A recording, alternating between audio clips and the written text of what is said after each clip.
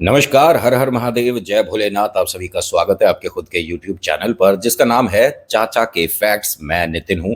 यहाँ से फैक्ट्स, ईश्वर से जुड़े चमत्कार, रोचक पौराणिक कथाएं और तीसरी शक्ति के प्रकोप के बारे में बात करता हूँ। कहानी के माध्यम से समझाता बताता हूँ। अगर आपके पास कोई ऐसा अनुभव है जो आप हम तक लाना चाहते हैं तो प्लीज़ मैसेज करिए मुझे। फेसबुक, व्हाट्सएप, इंस्टा, कहीं भी आप मुझे मैसेज कर सकते हो। और आने वाले समय में सिर्फ एक हमारे आईडी रह जाएगा जिस पर आप अपनी कहानियां भेज पाएंगे। खास तौर से उसी के लिए, क्योंकि यहाँ बहुत ज़्यादा उथल पुथल हो जाता है, कभी कभी मिस हो जाती हैं, या फिर मुझे आप दोष देते हो कि हमारी कहानी हमने इतने समय पहले भेजी थी, अभी तक क्यों नहीं अपलोड करी। तो प्लीज़ उस पर आप अपनी कहानी भेजिएगा। जितनी अभी तक आ चुकी है उन्हें कोशिश कर कर मैं जल्द से जल्द अपलोड करूँगा। और हाँ, अपने मन से ये वाला जो डाउट एक हल्का सा आ रहा है ना कि मेरी कहानी को क्या नितिन तुम सच मानोगे, तो मैं बताऊं तो हाँ, मैं हर किसी की कहानी को सच मानकर अपलोड करता हूं। भले ही आप मन से बनाकर भेज दो मुझे, फिर भी मैं आस्था रखता हूं, आप पर विश्वास करता हूं कि आपने जो बताया सब सच है। आज की जो कहानी है ये एक ऐसे कपल की है जो कि ना चाहते हुए प्रेतों से उलझ गए। इनकी कोई गलती नहीं थी। ईश्वर में आस्था भी रखते थे, समय भी बलवान था, पैसे से भी मजबूत थे। लेकिन कहते हैं ना, जब प्रेत आसपास होता है ना तो सब गड़बड़ हो जाता है। अभी फिलहाल चैनल का इंट्रो, फिर उसके बाद आकर कहानी शुरू करूंगा। कहीं मत जाइएगा, पूरी कहानी सुनिएगा। हर हर महादेव।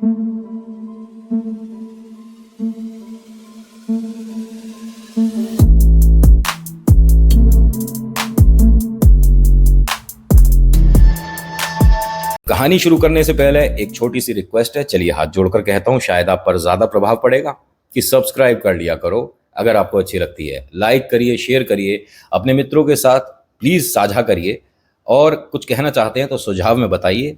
आज की कहानी सुषमा और राजीव की है। जरा ध्यान से सुनिएगा। छोटी कहानी जरूर है, लेकिन हो सकता है कि आपके सवालों के जवाब आज की कहानी में मिल जाएं। सुषमा और राजीव, जिनकी अभी 2 साल पहले शादी हुई है, उसके बाद से इनका वक्त बेहतरीन शुरू हो गया। ना जाने कैसे क्या हुआ, लेकिन व्यापार ये पहले भी कर रहा था, बिजनेस ये पहले भी कर रहा था, लेकिन सुषमा से शादी करने के बाद ये मानिए कि एक रुकी हुई, थमी हुई कहीं कोई एक किस्मत थी जो कि इसके नसीब में नहीं आ रहा था, वो सब इसकी किस्मत में आने लग गया। इसके दिन बदलने शुरू हो गए और ये प्रगति की राह पर अब तेज दौड़ रहा था। खुशी का कोई ठिकाना नहीं था। और 2 साल हुए शादी को, लेकिन इन 2 साल में इसने इतना पैसा कमा लिया जितना इसने पिछले 10 साल में नहीं कमाया होगा। व्यापार वही कर रहा था, तरीके भी वही थे, लेकिन ना जाने क्या था। होता है, और ये मैं आपको हकीकत बता रहा हूं, कोई भी इंसान आपकी जिंदगी में ऐसा जरूर होता है जिसके प्रभाव से आप कार्य में प्रगति करते हैं। हकीकत में आपके भी घर में जरूर होगा कोई ऐसा, या आपका कोई फ्रेंड ऐसा जिसके साथ जब आप होते हो तो आपके काम बनने लग जाते हैं, है ना। उसको हम ईश्वर का दूसरा रूप कहेंगे। और हाँ, हस्बैंड वाइफ, माता पिता ईश्वर का दूसरा रूप है ना, ये तो आप मानते ही हैं। और ऐसे ही आपके बच्चे भी ईश्वर का रूप हैं। भले ही वो छोटे हैं अभी, लेकिन ईश्वर का रूप हैं। वो आपके साथ होते हैं या आप उनके साथ होते हो तो चेहरे पर एक मुस्कुराहट होती है, एक अलग ही मजा, एक अलग ही मस्ती होती है। इनकी जिंदगी में जब से सुषमा आई है, राजीव हर किसी को ये बात कहते कहते थकता नहीं कि जब से इसने मेरे साथ अपना दामन जोड़ा है तब से मैं ईश्वर का प्रिय हो गया हूँ। भगवान अब मेरी तरफ देखने लग गए हैं। पहले तो ऐसा लगता था कि सिर्फ और सिर्फ मेरे आसपास शैतान रहते हैं, भूत प्रेत आत्माएं रहती हैं, लेकिन अब ऐसा लगता है कि हाँ, ईश्वर है और मैं इसकी खुशी के लिए कुछ भी कर सकता हूँ। इसने जिसको ये सारी बातें बताई वो इनकी छोटी बहना है। उसने कहा कि यानी आपको अभी पता ही नहीं, भाभी का पता है कितने टाइम से मन है कि शिमला जाना है, देखना है, और 2 साल हो गए आप विदेश घुमा लाए लेकिन उन्हें शिमला लेकर नहीं गए। इसने कहा मुझे उसने आज तक नहीं बताया, वास्तव में तू सच कह रही है? उसने कहा अरे भैया, मैं झूठ थोड़ी ना बोलूंगी। मैं और भाभी पूरे दिन हम बातें करते रहते हैं। कल हम शॉपिंग पर गए थे तो वहाँ एक ड्रेस थी जो कि पता नहीं शिमला में बहुत ज़्यादा पॉपुलर होती है। दीदी, उन्हें, भाभी को ये बहुत पसंद आई, लेकिन कहने लगी कि जब हम कभी शिमला जाएंगे तब मैं इस ड्रेस को खरीदूंगी। तो इन्होंने क्या कहा कि तू अभी जा और वो ड्रेस खरीद कर ला। इसने कहा कि लेकिन भैया आप शिमला जा रहे हो क्या? बिल्कुल जाएंगे, और अगर तुझे चलना है तो बता। उसने कहा नहीं नहीं, मैं क्यों जाऊंगी, आप दोनों जाओ, थोड़ा सा दीदी को भी एक चेंज मिलेगा, लेकिन उन्हें बिना बताए लेकर जाओ। इसने कहा कि बिल्कुल ठीक है, और शिमला हम एक काम करेंगे, गाड़ी से जाएंगे, ना फ्लाइट ना बस, अपना गाड़ी से जाएंगे और गाड़ी से आएंगे। मैं ऑफिस से छुट्टी ले लेता हूँ। ये मालिक है कंपनी का, तो इसे किसी से पूछने की जरूरत तो है नहीं, है ना। व्यापार में यही फायदा है, जो मालिक है कभी भी अपना छुट्टी पर जा सकता है, उसे किसी तरह की कोई भी एप्लीकेशन देने की जरूरत ही नहीं किसी को। अब होता क्या है, इसने भैया से कहा कि भैया सच में आप अगर जा रहे हो तो ही मैं वो ड्रेस लेने जाऊंगी, वरना भाभी का मन बहुत खराब होगा कि ड्रेस आ गई घर में, इसका मतलब हम शिमला जा रहे हैं और आप मना कर दो। इसने कहा तू ड्रेस खरीद कर मेरी गाड़ी में ही रख दियो, ठीक है, मेरी गाड़ी की डिक्की में रख दियो, और जब हम जा रहे होंगे तो रास्ते में बीच में बताऊंगा उसे, ठीक है। अब ये अपने दफ्तर को निकल गए, अपने ऑफिस, और ये गुड़िया चली गई शॉपिंग पर। शॉपिंग करके आई, इंतजार कर रही थी, उस ड्रेस को छुपा रखा था कि भैया आएंगे तो गाड़ी की डिक्की में रख दूंगी। भैया आए शाम 6 साढ़े 6 बजे करीब, उसने डिक्की में छुपा दी, और यहाँ अब बहन भाई ने वो पूरी प्लानिंग कर ली है कि हम 2 दिन बाद शिमला के लिए निकलेंगे। अब छोटी बहना को ये पता है कि शिमला जा रहे हैं, लेकिन छोटी बहना को ये नहीं पता था कि इसने शिमला में एक प्रॉपर्टी भी खरीद रखी है। हाँ, ये एक इत्तेफाक रहा कि इसे एक हिल स्टेशन पे पहाड़ों के पास कहीं एक ऐसी प्रॉपर्टी चाहिए थी जहाँ कभी परिवार के साथ जाएं, भाई पैसे वाला है। अब हम और आप तो जाएंगे तो कहीं रेंट पर ही रुकेंगे ना भैया, 1 दिन का 2 दिन का, ये मालिक लोग हैं भाई, ये पूरा पूरा जगह खरीद लेते हैं। इन्होंने खरीदी, और खरीदने के बाद इन्हें एक खुशी है कि मुझे आज पहली बार कोई प्रॉपर्टी खरीदने पर इतनी प्रसन्नता हो रही है। मुझे नहीं पता था कि मेरी धर्मपत्नी का सपना है कि एक बार शिमला देखना है, जबकि पेरिस, दुबई, न जाने कहाँ कहाँ घुमा चुका है। लेकिन जब मन कहीं एक जगह टिका हो ना कि शिमला देखना है, तो बस शिमला ही देखना है। और हाँ, अगर कभी मौका मिले ना तो एक बार शिमला कश्मीर देखिएगा ज़रूर, आपको पता चल जाएगा कि पेरिस, यूरोप कुछ नहीं है हमारे हिंदुस्तान के आगे। होता क्या है कि 2 दिन बाद सुबह सुबह इन्होंने अपनी धर्मपत्नी से कहा कि सामान वगैरह पैक कर लो, हम कहीं जा रहे हैं। तो उसने कहा आपने बताया नहीं, और सुबह सुबह 5 बजे बोल रहे हो कहीं जा रहे हैं, मतलब क्या है, कहाँ जा रहे हैं। इसने कहा कहीं जा रहे हैं और 1 हफ्ते बाद आएंगे। 1 हफ्ते बाद आएंगे, हम जा कहाँ रहे हैं। अब इसने कहा कि मैं एक काम करता हूँ, अपनी बहनों को बुलाता हूँ, वो बताएगी। अच्छा वो भी जा रही है, अम्मा बाबू जी भी जा रहे हैं। तो इसने कहा कि नहीं, कोई नहीं जा रहा, सिर्फ तुम और हम जाएंगे, और घर में शायद सबको पता है कि हम कहीं जा रहे हैं। आप ऐसा क्यों कह रहे हो, क्या सस्पेंस है, क्या सरप्राइज है, बताओ तो सही। आपको ऑफिस नहीं जाना। नहीं, ऑफिस की मेरी 1 हफ्ते की छुट्टी है, मैं मालिक हूँ, नहीं जा रहा। अरे तो काम पर असर नहीं पड़ेगा। तो कहता है कि रुपए 2 रुपए कम हो जाएंगे, तुम्हारी खुशी के आगे वो क्या है। अरे ये सारी बेकार की बातें करनी बंद करो, आप बताओ तो सही कहाँ जाना है। उन्होंने कहा देख लो, अगर सामान रखना है तो रखो, नहीं तो बैठो गाड़ी में और चलो, वहां खरीद लेंगे। वहां खरीद लेंगे, हम जा कहाँ रहे हैं, एक बार बताओ तो सही। इसने कहा नहीं, फटाफट जाओ, नहाओ धो, फ्रेश हो जाओ और चलो। अब ये बार बार जिद करे जा रही थी कि मुझे बताओ आप पहले कहाँ जा रहे हो। अब ये गुड़िया अंदर आई, मतलब इनकी जो छोटी बहना है, और कहती है कि अभी भाभी तैयार नहीं हुई, भैया आप जाओगे कब, निकलोगे कब। तो उसने कहा अब देख तुझे मेरी कसम है, बता दो कि हम कहाँ जा रहे हैं।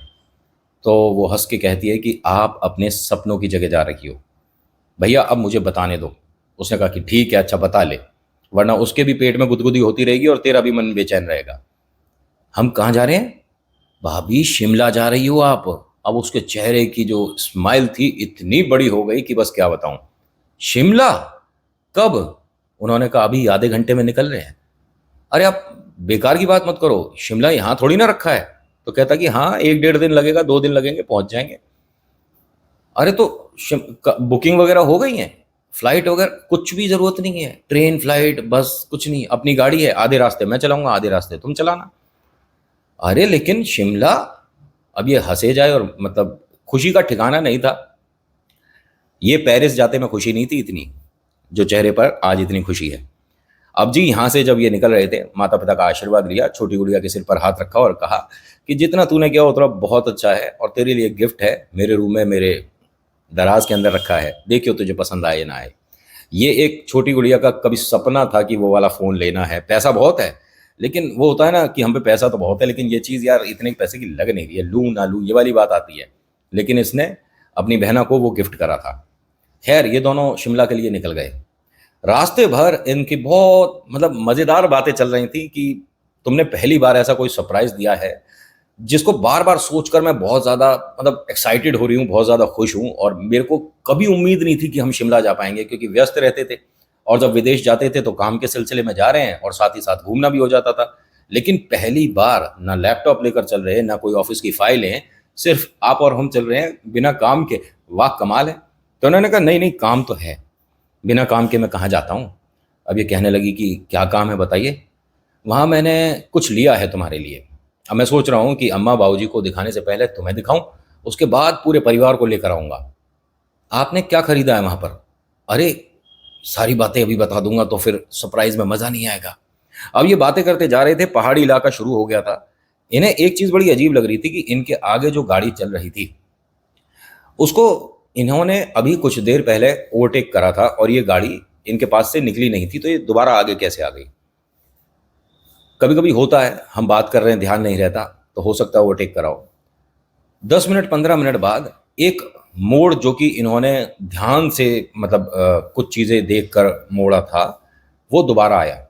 इन्होंने अपनी गाड़ी रोक दी। धर्मपत्नी ने पूछा कि क्या हुआ। तो इसने बताया कि मैंने पहाड़ी इलाकों में सुना है कि भूत प्रेत आत्मा होते हैं, कहीं हम कोई गलत जगह तो नहीं जा रहे, क्योंकि मैं भी शिमला सिर्फ दूसरी बार आ रहा हूँ। पहली बार जब आया था किसी सामान को देखने लेने की वजह से आया था, अब मुझे ऐसा लग रहा है शायद हम गलत आ गए। तो इसने कहा पहाड़ी इलाके में गुम होने वाली तो कोई बात ही नहीं होती, पहाड़ है, दुनिया उसी रास्ते जा रही है, हमें ऐसे ही ऐसे जाना है, कोई ऐसा तो है नहीं लेफ्ट और राइट मुड़ना है यहाँ पर। इसने कहा बात तो ठीक है, लेकिन शुरुआत में एक मोड़ आया था जिसको हमने पार किया था, वो मोड़ दोबारा कैसे आ सकता है। इसने बताया कि पहाड़ी इलाके अधिकतर एक जैसे लगते हैं, और मैं कभी आई नहीं, लेकिन मैंने किताबों में, कॉपियों में, अखबारों में, टीवी पर शिमला देखा है। और हाँ, ऐसा होता होगा, मुझे तो देखो इस बारे में ज़्यादा पता है नहीं। और ये गाड़ी से उतर कर बात कर रहे थे, दोनों जने गाड़ी से उतर गए थे, बाहर थे और इधर उधर रास्ते को पहचानने की कोशिश कर रहे थे और बात कर रहे थे। जब थोड़ी सी तसल्ली हो गई कि नहीं कोई भी समस्या नहीं है और भूत प्रेत आत्मा वाला तो कोई मतलब ही नहीं बनता, ये सिर्फ किस्से और कहानियाँ होते हैं, जब ये वापस गाड़ी में बैठ रहे थे तो इन्हें उतरते में ये चीज़ नहीं दिखी थी कि इनकी गाड़ी के ठीक सामने कुछ रखा है। रखने से मतलब किसी ने कुछ किया कराया है। पहाड़ी इलाकों में अधिकतर ये चीज़ें दिख जाया करती हैं और कहा जाता है कि पहाड़ों में आवाज़ें आना कोई बड़ी बात नहीं है। मतलब ऐसा नहीं कि आपकी आवाज़ आपको गूंज कर वापस मिल रही है, लेकिन हाँ कुछ एबनॉर्मल, कुछ पैरानॉर्मल आवाज़ें, कुछ भूतिया आवाज़ें आना साधारण सी बात मानी जाती है। पहाड़ों के बारे में ख़ास तौर से कह रहा हूँ। इनके सामने ठीक गाड़ी के कुछ रखा था जिस पर पैर पड़ गया इनकी धर्मपत्नी का। अब दोनों ने एक दूसरे को देखा और इन्होंने हंसकर कहा कि अरे कोई बात नहीं, तुम बैठो गाड़ी में। नहीं लेकिन मेरा तो इस पर पैर पड़ गया, मैं क्या, कोई अब मेरे साथ प्रॉब्लम तो नहीं होगी? अरे कुछ नहीं होगा, तुम जाओ बैठो गाड़ी में। जब ये गाड़ी में बैठ रहे थे तो इसे भी डर लगा, पहले पतिदेव को भी डर लगा कि ये गलत हुआ। रास्ता सुनसान है, एक डर वैसे ही किसी बात को लेकर चल रहा था और अब ये सामने टोटका। इन्होंने गाड़ी पीछे करी और उससे बचाते हुए गाड़ी निकालकर सीधे चल दिए। और कमाल की बात देखिए, जब ये गाड़ी से उतरे थे तो ऐसा लग रहा था कि शायद इनके सामने नहीं था, लेकिन बातें करते करते इनके सामने कौन रख गया, कैसे आया, कुछ नहीं पता। और ये वास्तव में आज तक नहीं पता। अब सुषमा और राजीव गाड़ी में, और देखिए कभी कभी मैं कहानी सुनाते वक्त नाम में कंफ्यूज हो जाता हूँ, तो मैं कहीं सुषमा की जगह दीप्ति बोल दूँ, दिव्या बोल दूँ, ऐसा भी हो जाता है। बहुत से लोग बाद में बताते हैं, तो मुझे भी पता चलता है कि किसी और की कहानी का नाम किसी और की कहानी में शामिल हो गया। उसके लिए माफ़ी चाहता हूँ, इंसान की प्रजाति हूँ, गलतियाँ कर सकता हूँ, है ना। तो आप गलती मत करिएगा, सब्सक्राइब ज़रूर कर लीजिएगा। ये दोनों गाड़ी में बैठे और शिमला के लिए चल चुके हैं। बहुत देर गाड़ी चलाने के बाद, बहुत समय गाड़ी चलाने के बाद दोनों काफ़ी थक चुके थे और अब सामने मंजिल थी। एक बहुत बढ़िया प्यारा आलीशान घर के सामने इसने जाकर गाड़ी रोक दी। उसने कहा कि हम यहाँ कहाँ रुक गए, किसी होटल वगैरह कुछ, ये तो किसी का घर है। तो उन्होंने कहा कि किसी का नहीं, ये अपना घर है। अब ये एकदम इसकी तरफ देखती है, सुषमा, राजीव क्या बोल रहे हो, ये इतना बड़ा घर ये तुमने कब ले लिया? तो कहता है कि मुझे नहीं पता था कि तुम्हारा सपना है शिमला का। ये प्रॉपर्टी मैंने 1.5 साल पहले खरीदी थी, एक बहुत बड़े प्रॉफिट की वजह से। मैं चाह रहा था कि एक इन्वेस्टमेंट ऐसी जगह हो जहाँ पर रहने में बहुत आनंद आए, कभी कभी छुट्टियाँ बिताने आ जाए करेंगे। तुम्हें घर कैसा लगा? अब इसकी आंखों से आंसू आ गए कि मुझे उम्मीद नहीं थी कि हमारी ज़िंदगी में इतना बड़ा सरप्राइज़ आने वाला है। बहुत ज़्यादा खुश हूँ, बहुत ज़्यादा। इसने कहा कि ठीक है, अब एक काम करते हैं, दोनों चलते हैं, एक बार अंदर से घर देखते हैं। मैंने तो देखा है, तुम भी देख लो।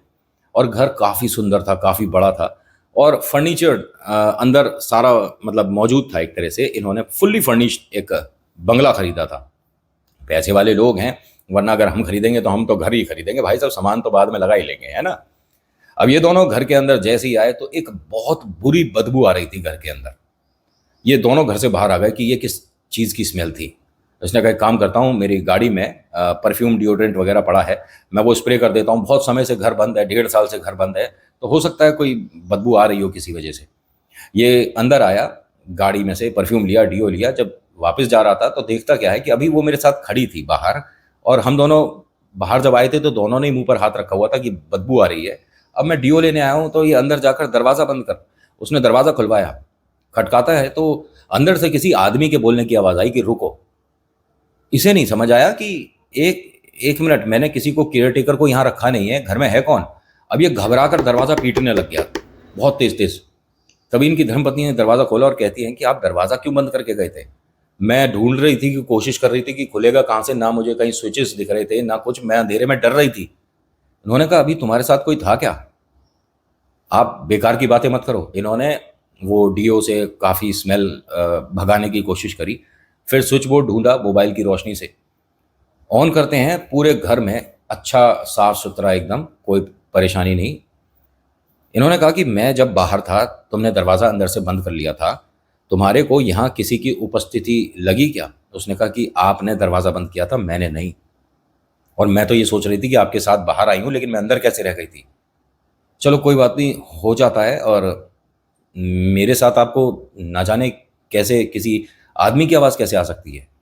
मैं तो यहाँ अंदर, और मैं तो बार बार कह रही थी आप दरवाज़ा खोलो दरवाज़ा खोलो। इसने कहा मुझे कोई आवाज़ नहीं आई बाहर।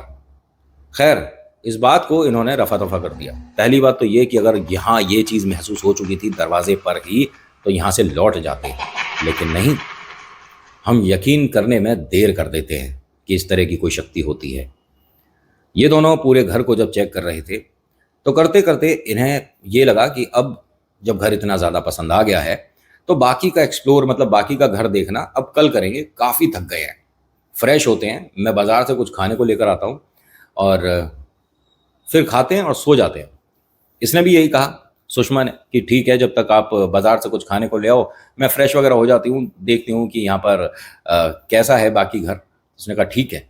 अब ये तो आ गया अपनी गाड़ी में बैठा बाज़ार के लिए कि मैं कुछ खरीद लूँ खाने के लिए। अब देखिए यहाँ पर इन्हें अभी तक कोई भूत प्रेत नहीं दिखा, लेकिन वो दुर्गंध और दरवाजे का अपने आप बंद होना, या इन दोनों का बीच में से बातचीत बंद हो जाना, कहीं ना कहीं कोई इशारा कर रहा था जिसको इन्होंने इग्नोर कर दिया। सुषमा अब अपना वॉशरूम चली गई थी और ये अपना गाड़ी में बैठकर बाजार के लिए आ गया था। कुछ खाना वगैरह खरीदता है और साथ ही साथ वो जो ड्रेस है उसे अच्छे से पैक करा लेता है। समझ गए, वो जो ड्रेस इसकी छोटी बहन ने खरीदी थी भाभी को गिफ्ट करने के लिए, उसे पैक वगैरह कराता है, खाना वगैरह लेता है। और जब चल रहा होता है तो रास्ते में ट्रैफिक लग जाता है। बहुत ज़्यादा ट्रैफिक में खड़े होने के बाद जब घर पहुंचा, गाड़ी खड़ी कर रहा था, डिक्की में से वो गिफ्ट निकाल रहा था जो छोटी बहना ने भाभी के लिए ड्रेस खरीदा था, जो उसका फेवरेट भी था। जब डिक्की में से वो उसने गिफ्ट निकाला और कुछ खाना वगैरह जो ये बाजार से लेकर आया था वो निकाला, गाड़ी बंद कर रहा था, तो देखता क्या है कि ऊपर वाले फ्लोर पर इसे सुषमा दिखी और वो इस तरह से गई है। और हाँ, लाइट उतनी ज़्यादा उसने ऑन नहीं कर रखी थी, शायद कोई नाइट बल्ब ऑन था। इसने आवाज़ दी कि सुषमा मैं आ गया हूँ, दरवाज़ा खोल दो। तो वो जो परछाई सी गई थी सुषमा की, वो एकदम रुकी और फिर वो निकल गई। ये पहचान नहीं पाया, इतना ज़्यादा रोशनी नहीं थी। दरवाजे के पास आया, दरवाज़ा जैसे ही नॉक करने वाला था, दरवाज़ा अपने आप एक तरह से हल्का सा खुल गया। यहाँ इसे थोड़ा डर लगा कि ये क्या हो रहा है मेरे घर में। अंदर आने के बाद वही स्मेल, साथ में नीचे ज़मीन पर डीओ रखा हुआ था, उसे उठाया, पूरे में स्मेल भगाने की कोशिश करी, रूम स्प्रे वगैरह करा और सुषमा को आवाज़ देता है कि तुम आ जाओ नीचे और यहाँ पर हम पहले खाना खा लेते हैं। इसने 2-1 बार आवाज़ दी लेकिन कोई रिप्लाई नहीं आया।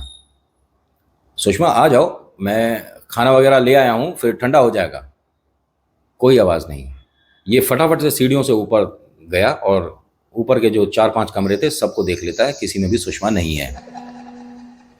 अब ये नीचे वापस आया तो नीचे भी 3-4 कमरे थे, उनमें से एक कमरा खोल कर देखा, दूसरा देखा, सुषमा ना जाने कहाँ चली गई है। इस घर में बेसमेंट भी है। इसे कुछ एकदम से कांच टूटने की आवाज़ आई। जबकि कमाल की बात यह है कि इस फुल्ली फर्निश्ड होम में कोई भी पानी पीने तक का गिलास नहीं है।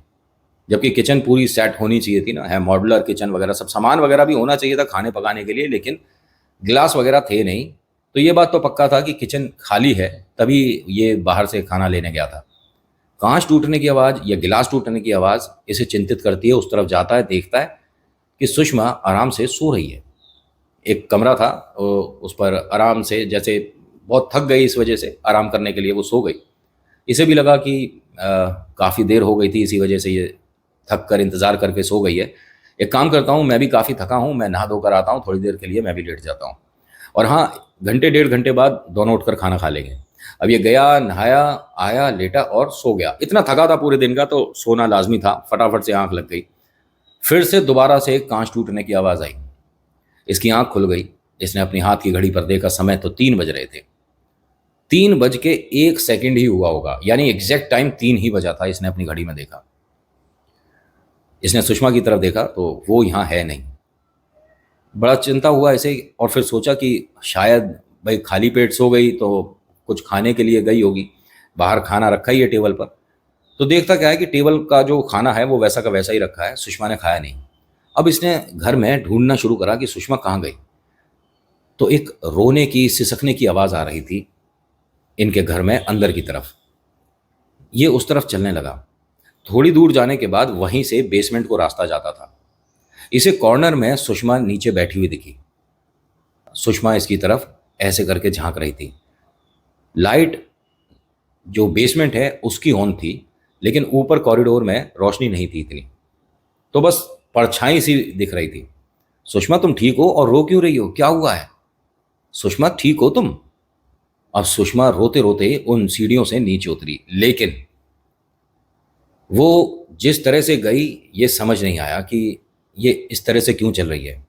जैसे जानवर चलते हैं ना, रेंग कर चल रही थी वो। और वो सीढ़ियों से नीचे उतरी। जब तक ये वहां पहुंचा तब तक सीढ़ियां काफी लंबी थी, उसका उतरना पॉसिबल नहीं था। लेकिन पूरी सीढ़ियों पर उसे सुषमा नहीं दिखी।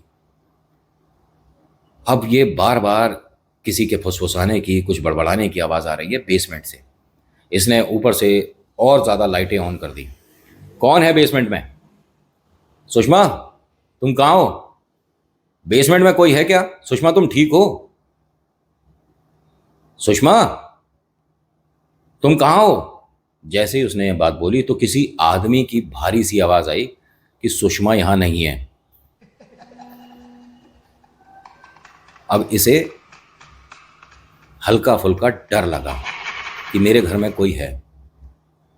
ये बाहर आया, कुछ सामान देखने लगा कि अगर बाई चांस कोई मेरे पे झपटा तो मैं भी तो अपना डिफेंस करूंगा ना। इसे कोई सामान मिला नहीं, तो इसने वो जो डीओ की बोतल थी वो उठा ली कि अपने को बचाने के लिए मैं कुछ भी करूंगा, और सुषमा को मैं लेकर आऊंगा, वो अभी नीचे न जाने कैसे चली गई है। जब ये उस डीओ की बोतल को लेकर चल रहा था तो सुषमा ऊपर वाले फ्लोर से नीचे उतर रही थी। इसकी तरफ देखकर बोलती है कि आप यहाँ क्या कर रहे हो और आप कब आए? अब इसे इतना ज्यादा डर लग रहा है उसे देखकर कि अभी तुम बेसमेंट में गई थी और इस तरह से चल कर गई थी जैसे कोई जानवर चलता है, और अब तुम फर्स्ट फ्लोर से कैसे आ सकती हो? बेसमेंट से फर्स्ट फ्लोर का कोई रास्ता है ही नहीं। ये सामने सीढ़ियां हैं, यहीं से मैं। तुम ठीक हो सुषमा? अब सुषमा उससे बात करती करती जो सीढ़ियों से उतर रही थी वो वापस पलट गई, और ऊपर चढ़ते चढ़ते वो हंसने लग गई।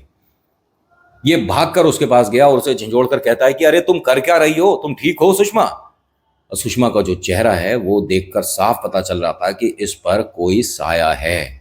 उसकी आंखें पलटी हुई थी। उसकी आंखें एकदम वाइट पोर्शन जो होता है ना आंखों का, ये दिख रहा था। जब ये उसके पास गया था तो वो ही दुर्गंध आ रही थी जो कि घर में घुसते ही इन्हें आई थी, जिसकी वजह से इन्हें अजीब लग रहा था। हाँ, ये अपने होने का एहसास बहुत ज़्यादा सुगंध, खुशबू से या दुर्गंध से करा देते हैं।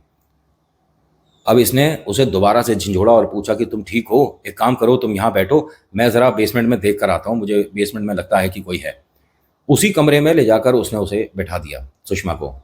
और तुम आराम करो, तुम्हारी आंखें न जाने कैसी हो रही हैं। अब एकदम कोई विश्वास नहीं करेगा ना कि भूत प्रेत का कुछ मतलब इनके साथ गड़बड़ हो गया है, कोई ऊपरी हवा लग गई है। जब ये बेसमेंट के लिए चल रहा था तो सुषमा इसको बार बार आवाज़ दे रही थी कि रुक जाओ, आगे मत जाओ। और ये सुषमा की ही आवाज़ थी, अरे तुम डरो मत, मैं देखता हूँ हमारे घर में कौन आया है। अब ये यहाँ से उतर के जैसे ही चला है तो कॉरिडोर तक पहुंचा ही था, बेसमेंट का दरवाज़ा एकदम बंद हुआ। ये वहीं रुक गया। कौन है? जो भी है हमारे घर से निकलो, कौन है?